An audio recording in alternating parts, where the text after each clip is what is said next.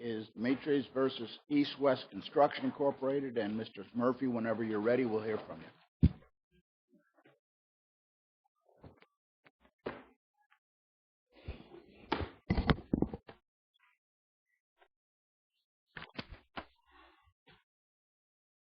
Good morning. May it please the Court. My name is Earl Stanley Murphy. Since this case began, I have become a partner with the Whitestone, Virginia firm of Dutton, Simmons & Dutton. It's always an honor to be here. I'm delighted to be here on an important case this morning. This case involves a recurring constitutional question about access to the courts. The central issue is whether the restrictive laws of the forum court may slam the doors of justice to a litigant who has vested rights under the laws of a sister state. The issue is not restricted to the Virginia-North Carolina cross-border issue that's present in this case and is present in the Garcia case. I don't know why you say it's restrictive. The accident, there was an injury that occurred on a site in Virginia. Yes, sir. Where an employee was injured by a fellow or a co-employer at the site, not his own employer, but a co-employer. And under Virginia law, where the injury occurred, they're both treated as statutory employers and can't be sued. And so the court applied that law and said, you can't sue the statutory employer. It seems to me it's straight up and down. The only hitch could be the application of the Solomon case. We overruled that in Garcia based on the Carroll case. And I don't understand why that isn't just a straightforward application of Virginia law to a Virginia tort. There's a number of answers to that, Your Honor. First of all, it's our belief that Garcia is wrongly decided. We don't have the power to change that. I mean, you can go in bank on that if you want, but as a panel, we've ruled, at least we've chosen to rule, that we follow panel opinions and don't overrule them by panel. We probably have the power, but we don't, and our precedent says that one panel will apply the law of another panel, and if we need a change, we go in bank. But I'm not even sure that we could change it under general principles of Virginia law. This is a diversity case. This is a diversity case. And we're applying Virginia law to a Virginia accident with respect to an injury that occurred in Virginia, and the suit was filed in Virginia. It seems to me a straight up down case of choice of law. You apply the Virginia law. Well, we agree that it is a. And under Virginia law, you can't. An employee can't sue his own employer or the statutory employer. The question, Your Honor, is whether the district court applied the correct choice of law rule. And well, let me ask you: is when you file a suit in Virginia, Virginia chooses its own tort law, right? It does for the tort.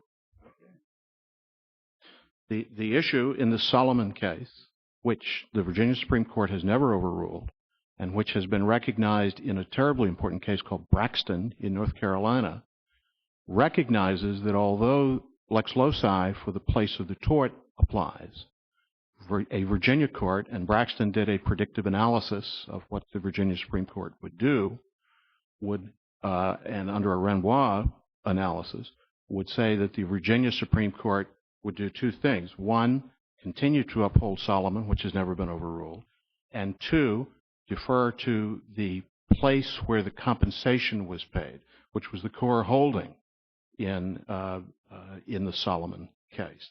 And perhaps this is headed to a full panel. But let me ask you this.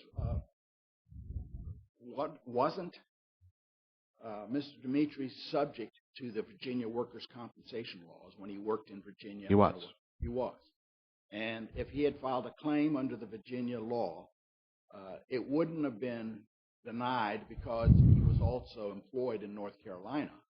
It would have been denied, if at all, because both states have offset provisions. Correct. So that you don't double pay. Correct. But he still would have been subjected to Virginia, could have filed his claim in Virginia, and got a Virginia's compensation award. Judge Niemeyer, you described the factual setting in the Hughes versus Fetter case that we have cited in our brief. That was the exact facts there. And the Supreme Court of the United States opened the doors to the court in Arkansas, which had a much more liberal. But the injury was in a different state there, and whereas here the injury is in the state of the forum state. And I think the facts of this case are locked in on Garcia. Isn't Garcia identical to this case? Garcia is very close. How is it different? Forgive me.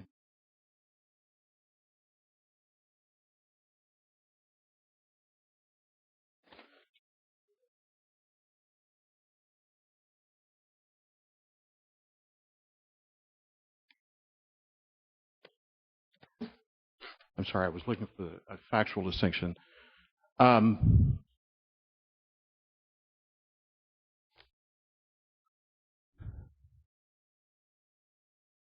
I'm not sure I can answer that question. Let me move on.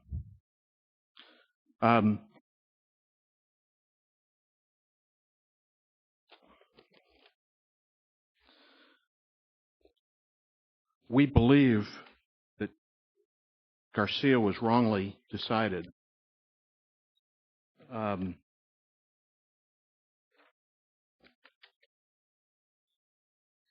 For the reasons I've stated earlier. Garcia rely on Carroll, Garcia. Supreme Court case, right? Yes, sir. But Carroll was in a line of cases that began with the Pacific Employers case. And it seems to me that the fault of, and I say this with all respect, the fault of what was done in Garcia is that it was a mechanical application of a results-oriented application, and it did not look at the constitutional principles. Because if the court reads the Pacific Employers case, if it reads the Carroll Lanza case, if you read the Hughes-Fetter case, what happens in each of those cases is that the constitutional principle, and it's stated in Hughes as a strong unifying principle under the Full Faith and Credit Act, opens the doors to courts that have more liberal access to the court. I don't see how this is a Full Faith and Credit Act case. This Well, is a Virginia court applying Virginia law. I say this with respect, Your Honor. Hughes says that it is a Full Faith and Credit Act when it rises to the level of a forum court closing the doors. And the practical issue here is why is the result in this case different in Norfolk? The reason in Hughes is because the injury occurred in a different state where the person would have gotten an award, and then the forum state denied the award. And so the forum state failed to give full faith and credit to Missouri. I guess that was the state. I can't quite remember what the states were, but failed to give full faith and credit to the law that applied to the injury. But here we have just the flip side. The injury's in Virginia, and it's under Virginia law, and the court's applying its own law as every state does. The practical argument I was making, Your Honor, is that Mr. Demetres resides as a North Carolina resident. He was compensated under North Carolina law. He resides in Elizabeth City. Had there been a way to sue this defendant in the district court in Elizabeth City, 31 miles to the south of Norfolk, it would have been an exactly opposite result under an Erie analysis. And each court would be applying. North Carolina law is different, but North Carolina law didn't apply. If the injury occurred in North Carolina, he would have gotten more money. But the injury occurred in Virginia. But the North Carolina district court, sitting in diversity, would apply the Braxton case, which applies how it divines Virginia law in a decision subsequent to Garcia, and in an Erie analysis would apply the North Carolina rights to the case on this exact case, even though the injury occurred in Virginia. That was the facts of Braxton, and Braxton is factually identical to this case. In Virginia, in Norfolk, where we filed the case 31 miles to the north, the district judge, rightly, we believe, relies on Garcia, and we're here asking that that precedent be changed. Well, it seems to me that what you're here to do, I think, is to rehearse your argument in favor of in-bank rehearing, correct? I say that very seriously. And I respond very seriously. Now, you didn't file, if my memory serves me correctly, you didn't file a pre-argument motion for immediate in-bank, right? That's correct. That's filed correct. a motion to certify, is that right? I did. Well, why didn't you file a motion for immediate in-bank? And I don't mean that as criticism at all. It may be fair criticism. I did not. Yeah. But that's what you want, right? You want to get past us as quickly as possible, if you were so that you can file your motion. Because as Judge Niemeyer says, we can't do anything. I understand that point. Okay. I understand that point. But we think there are important reasons that Garcia was wrongly decided, and perhaps I am making essentially an embanked argument. But I think if the court will look at the constitutional principles embedded. What is the constitutional principle you think is embedded? The full faith and credit clause, Your Honor, which says under this. Full faith and credit would require Virginia give full faith and credit to North Carolina law, right? I want to make certain I understand your question. The application of the clause, you would advocate that a Virginia court give full faith and credit to North Carolina law. That is exactly our argument. But you have to have North Carolina law applicable before you can do that. And because the injury in this case occurred in Virginia, Virginia is following the traditional notion that you apply Virginia law. Virginia North Carolina law. I'm sorry, with respect, I've interrupted, Your Honor. Virginia, though, has historically and traditionally looked to the place where compensation was paid, and that is the ruling in the Solomon case, and that was the ruling that a North Carolina case. The Solomon facts were pretty extreme too. I mean, everything was in Pennsylvania, and the guy was driving a vehicle from Pennsylvania in the course of for his employer, and has an automobile accident down here, and since he's an employer, Virginia said, "Hey, this all belongs up in Pennsylvania." But that's here. We actually were on a work site, construction site, where the employer had co-employees and co-employers. Where? Co-employees Yeah. Here, co-employers.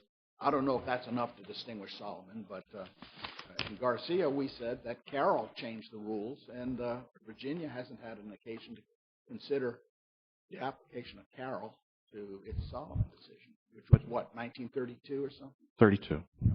But Carroll ignored Hughes versus Fetter, which is in that same line, and which is constitutionally and from a principal constitutional standpoint the correct analysis. And the point with Solomon's is the choice of law rule in Virginia in these cross-border compensation cases has been, since 1932, you look to the place where compensation was paid to determine whether there is a right against third parties.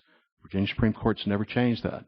Braxton case, which is North Carolina law, says that relied expressly on Solomon and said that the right to proceed under the North Carolina statute against a third party was preserved, and predicted that the Virginia Supreme Court would allow it to proceed.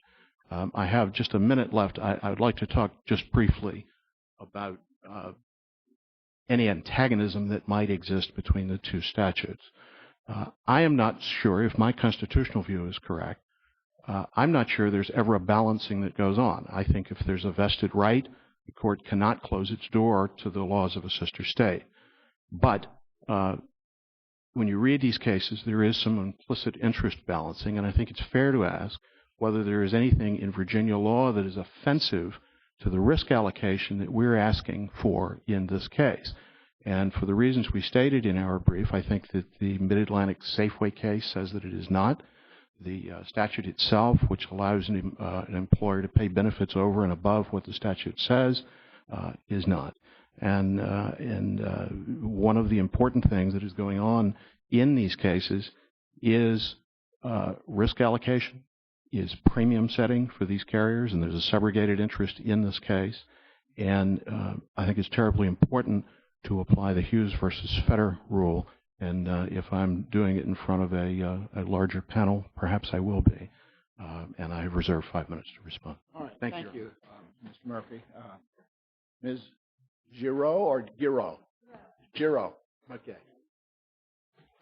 May it please the Court, my name is Danielle Giraud, and I represent the appellee East West Construction, Inc., and East West requests that this Court affirm the District Court's dismissal of the action for lack of subject matter jurisdiction because it was barred by Virginia's Workers' Compensation Why is it Act. subject matter jurisdiction? I thought the diversity gave the court the power. That is, 1332. it would be under, but our motion to dismiss was under Rule 12b-1 for lack I of subject. understand. I'm just wondering why it shouldn't be 12b-6. And I think the Court addressed that and said that and addressed that in a footnote in the opinion, said under either framework, the outcome would still be the same. Some courts treat it as a 12b-1 because the workers' compensation statute provides exclusive remedy, and so arguably it could be a subject But matter it's like an immunity. It's, it that's seems true. to me under the Supreme Court Steel Company case, you look to the power of the court to act and where it derives its power, and here it derives its power in 1332, and nobody's challenging that, are they? And that's true. And then some courts have said it should be properly brought under a 12b-6 motion. Okay. And ultimately the Court said no matter how I look at this, we reach the same conclusion. Here, Mr. Demetres does not dispute that Virginia choice of law rules apply, although there's some dispute about what that is, or that if the Virginia Workers' Compensation Act applies, that his lawsuit would be barred. As this Court has pointed out, the Federal District Court hearing a case in a diversity action would apply the law of the form in which it sits, and in Virginia it would apply the place of the wrong rule in this tort action. Mr. Demetres relies on this 1932 case, Solomon, from the Supreme Court of Virginia, but as has already been discussed, that was addressed by this Court in Garcia, very similar case, where the plaintiffs were Who should have the last word on what Virginia law is? I think that a federal court is equally capable of deciding what Virginia law is. So? I do. And I don't think so. I think, we opine about state law, but the Supreme Court of the state say, we'll tell you what our law is, no matter what we say. And so the question is, Solomon is still good law in Virginia, right? it's not. It's not? It's not. Well, what case overturned Solomon? That would be, since the Carroll case. State, the Supreme Court of Virginia. There is no state Supreme Court of Virginia case that addresses whether Solomon is still good law. Your argument has to be that Carroll overruled it. Correct. And Carroll is a Supreme Court case. right, U.S. Supreme Court case. Okay. And since that case, then all of the subsequent cases, there are no Supreme Court of Virginia cases after that addressing the issue, but every Fourth Circuit case, Eastern District and Western District, applying Virginia law has said that Solomon is no longer good law. Also, Solomon, because it was 1932, and I will admit that my workers' compensation knowledge regarding the Act in 1932 is somewhat limited, but the court and the way it described what the Act was at the time is different than the way the Act is now. The Solomon Court, in making its holding, said the acceptance of award under it by an employee constituted an election, which under the Act barred him from proceeding against a negligent third person. The way the Act is now, it's not an election of remedies, it's an exclusive remedy. That's what the law is. And so in that case where the court was emphasizing, since the plaintiff did not take an election of the Virginia Act, therefore he's not barred. That's treated differently now. We have an exclusive remedy in the Virginia Act, and the law has changed since 1932, where the key factor is the injured party eligible for benefits under the Virginia Compensation Act? It doesn't matter whether he's actually elected those benefits.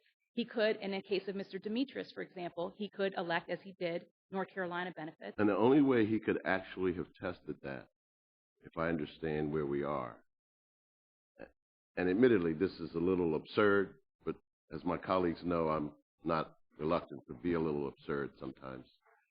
If Mr. Demetres had moved to Virginia after the accident and taken away diversity jurisdiction and sued your client in Virginia State Court, it could have gotten the issue before the Virginia Supreme Court. That's possible, yes.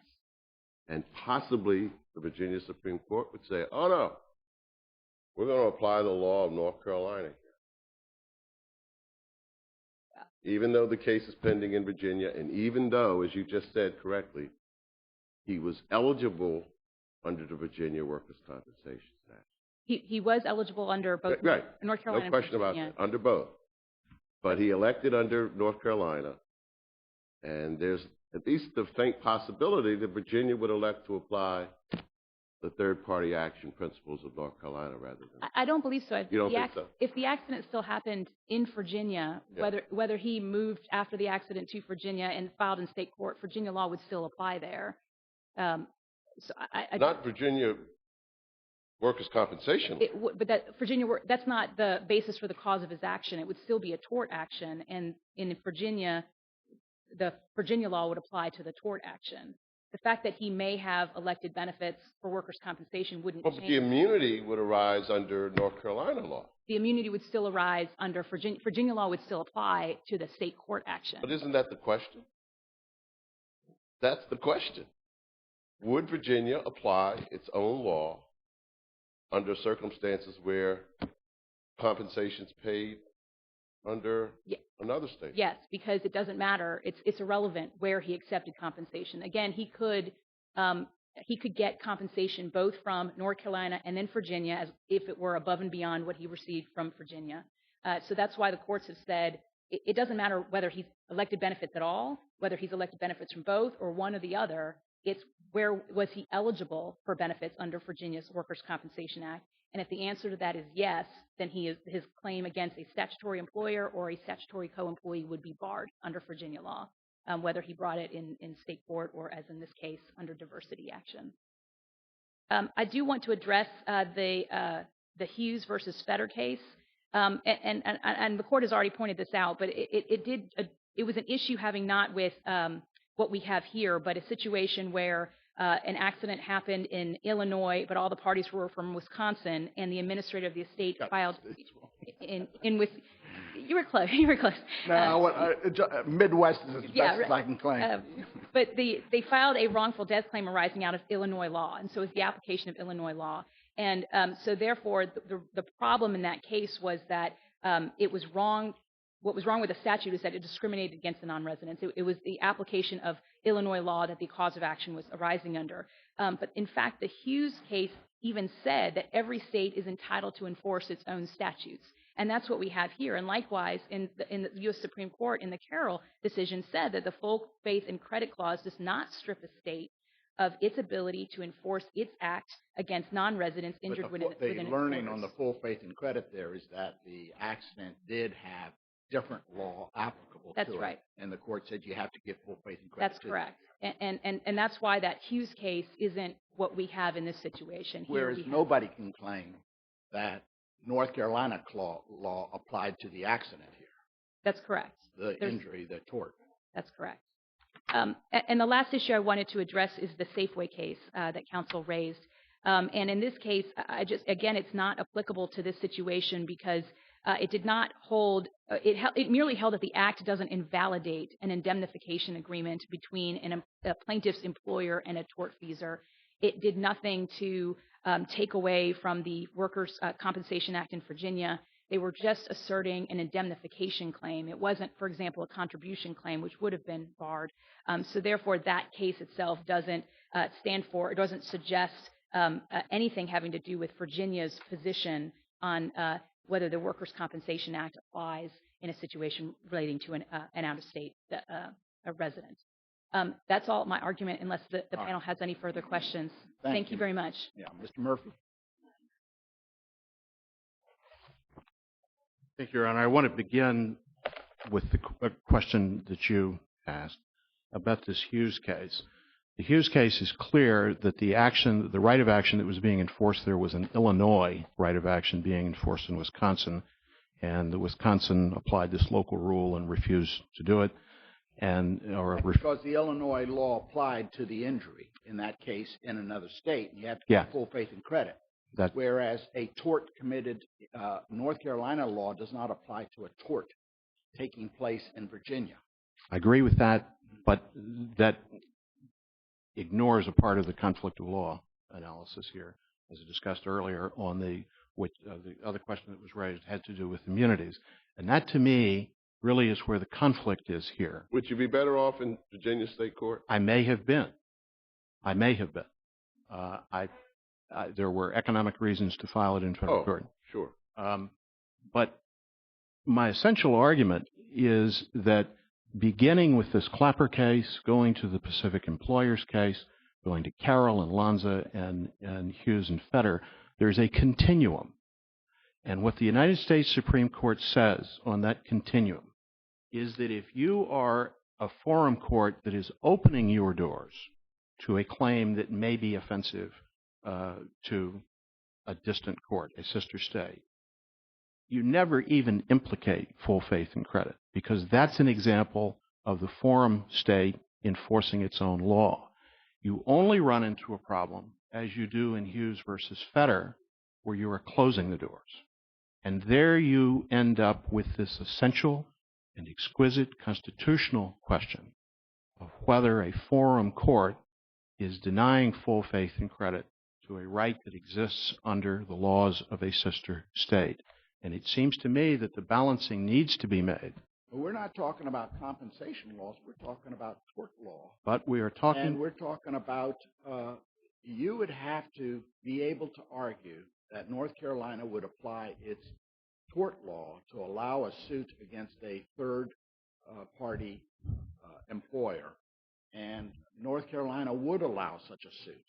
But that law is not applicable to an injury that occurs in Virginia. Virginia has a tort law that says you can sue, you can't sue a third-party employer if it's a co-employer, the statutory employer. Which it seems to me it's just what if they said you could sue in tort, but your damages are limited to $300,000 in Virginia? You'd still be bound by that limitation, even though North Carolina didn't have such a limitation. But the essential question, as I say, has to do with privileges and immunities. The right here, the vested right here, is by being paid compensation in North Carolina. That compensation scheme is established with reference to principles of risk allocation. He's not suing under the North Carolina compensation law. He got his North Carolina compensation, and that's a different scheme. We're talking about a tort where you get damages in traditional tort law for the injury. But negligence, I guess, would be in this case. I'm sorry. And that suit arose out of conduct in Virginia. It certainly did. Okay. But the right that I am saying is being denied by the forum court, by the district court here, is the right to pursue these third parties. And that is a constituent part of the compensation that this man was paid. It's a constituent part of the carrier's decision in setting its premiums, and it's a constituent part of the bundle of rights that he has under North Carolina law that is being denied enforcement in Virginia. Braxton says it, Solomon says it, and I don't think Solomon ever has been overruled. I think my time is just about it. Thank you. Thank you very much. All right, we'll come down and greet counsel and proceed to the last case.